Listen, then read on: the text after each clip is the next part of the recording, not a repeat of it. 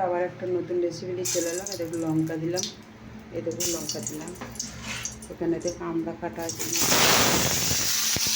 লঙ্কা দিলাম, এখানে টমেটো সব কিছু একসঙ্গে দিয়ে আমি একটা রেসিপি বানাই, 5 রকম দিয়ে একটা রেসিপি বানাই।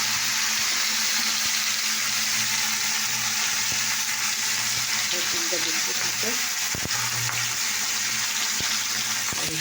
দিয়ে দিলাম, এটাই আছে চার একটু বলুন এটা একটু নুন দিলাম, এটাই নুন দিলাম,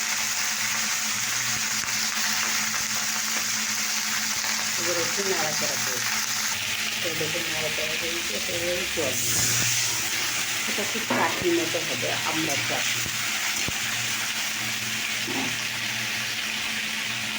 এরপর একটু চিনি দিয়ে দেবো। তো দেখো বন্ধুরা, তলায় হয়ে যাচ্ছিলো বলে আমি এখন একটু জল ঢেলে দিয়েছি, এগুলো পান্না দিয়ে একটু কষবো, বুঝেছ।